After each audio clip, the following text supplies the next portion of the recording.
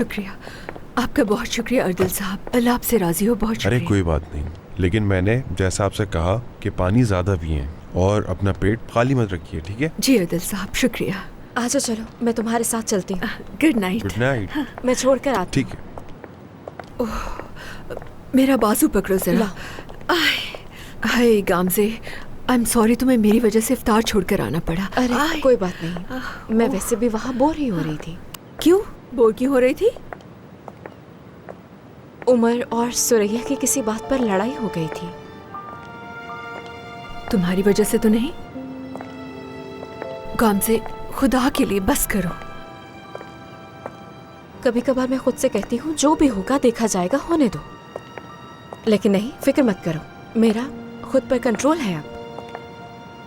ये छोड़ो, तुम अपना ख्याल रखो। तुम इफ्तार किए बगैर कैसे काम कर सकती हो निसा? सहरी भी नहीं की थी ना तुमने?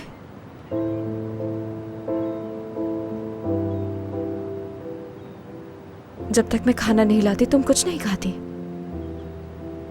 ओह निसा, तुमने मुझे पहले क्यों नहीं बताया? ठीक है ठीक है ठीक है, अच्छा बस तुम अभी घर जाओ और कुछ ना कुछ खा लो। मैं घर से खाना लेकर आती हूँ जिससे सहरी भी हो जाए। मैं तुम्हारा एहसान कैसे चुकाऊंगी? ऐसा कहने की जरूरत नहीं है। ठीक है, अपना ख्याल रखना।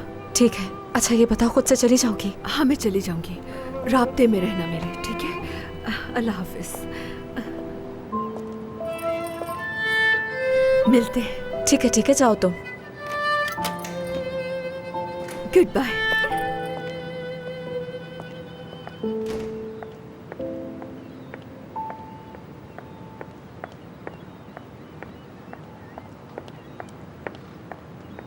आपके आने का बहुत शुक्रिया। ऐसी कोई बात नहीं, मुझे खुशी हुई।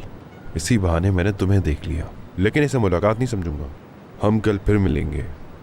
मैं कुछ कह नहीं सकती टूना, वो मुझ पर बहुत गुस्सा हो रहा है।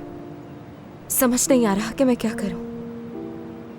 आपसे मिल रही हूं तो ऐसा लग रहा है उसे धोखा दे रही हूं। ऐसा ठीक नहीं है। मैं जानती हूं, लेकिन कुछ नहीं कर सकती। कुछ तो नहीं मिलेंगे, बेहतर होगा। हो सकता है इससे सब ठीक हो जाए।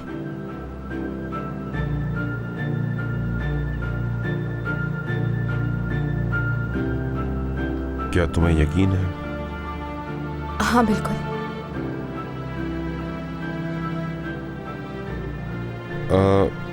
ठीक है, फिर मैं तुम्हारे फोन का इंतजार करूंगा। मैं करूंगी। चलो जल्दी से अंदर चली जाओ, यहाँ बहुत सर्दी है। हम फिर मिलेंगे, ठीक है? ठीक है, गुड नाइट। Good night. चलती हूँ।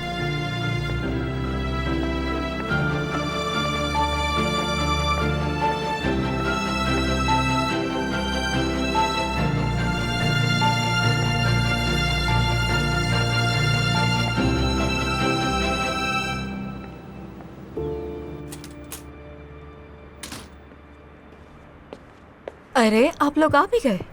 तो तुम्हें क्या लग रहा था हम क्या वहाँ सहरी तक रुक जाते? दोस्त कैसी है? हाँ ठीक है, बस उसके सर में थोड़ा दर्द हो रहा है।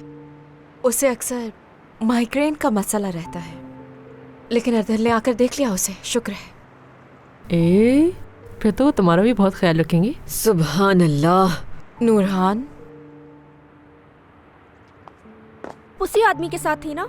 झूठ मत बोलिएगा, आप उससे कभी नहीं मिलेंगी, आपने यही कहा था। यकीन नहीं आ रहा मुझे। क्या करूं मैं इसका? टूना,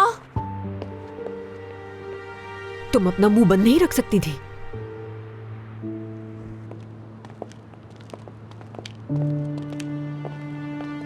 उमर। अस्सलामु अलैकुम बाबा। वालेकुम अस्सलाम बेटा। इफ्तार कैसा रहा? सब ठीक रहा, कोई परेशानी की बात नहीं। फिर ये चेहरे पर उदासी क्यों है? थोड़ा अपसेट हूँ और कुछ नहीं है बाबा। ये किस तरह की बात कर रहे हो तुम मुझसे उमर? अब क्या मैं तुमसे कोई बात भी नहीं पूछ सकता? मलाहत साहिबा की डिमांड्स ने मेरा दिमाग खराब कर दिया बाबा। कि नया घर खरीदो। आपके घर का रेंट कौन देगा बाबा? ये सब कुछ मुझसे बिल्कुल बर्दाश्त नहीं हो रहा। मैं सुरैया से शादी कर रहा हूँ या उसकी माँ से, समझ ही नहीं आ रहा। बेटा वो उनकी बेटी है, आंख का तारा है, उसका सुकून चाहती है। हर माँ बाप की ख्वाहिश यही होती है कि उनकी औलाद सुकून से रहे। मगर बाबा हम उसे कोई झोपड़ी में तो रखने वाले नहीं है ना। और अगर इतने मसले हैं तो अपनी बेटी की शादी किसी अच्छे लड़के से कराते। मेरे पीछे क्यों पड़े हुए हैं? अच्छा ठीक है, तुम परेशान मत हो, मैं सब संभाल लूंगा। बाबा मसला ये नहीं है, मसला उनका रवैया है, जिस तरह वो लोग बात करते हैं।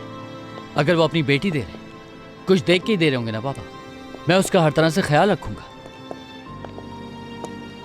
बस वो तुम्हारे आसाब पर सवार हो गई है, परेशान मत हो। हाँ बिल्कुल ऐसा ही है। और अगर सुरैया अपनी माँ की तरह है तो मैं तो ये शादी बिल्कुल भी नहीं करने वाला हूँ बाबा। अरे नहीं, सुरैया बेटी बिल्कुल भी ऐसी नहीं है। उसकी आंखों में तुम्हारी मोहब्बत नजर आती है। वो तुमसे बहुत मोहब्बत करती है बेटा। इन बातों को दिल पे मत लो। शादी के मामलात में इस तरह की बातें तो होती रहती हैं। हाँ सही कह रहे हैं, मगर मैं इस तरह नहीं रह पाऊंगा। ये बातें हमने बहुत बार सुनी है। वक्त के साथ एक कदम बढ़ाते हो, वक्त तुम्हें एक कदम और बढ़ा देता है, और फिर ये सारे मामलात आहिस्ता आहिस्ता खुद हल होते चले जाते हैं और पता भी नहीं चलता।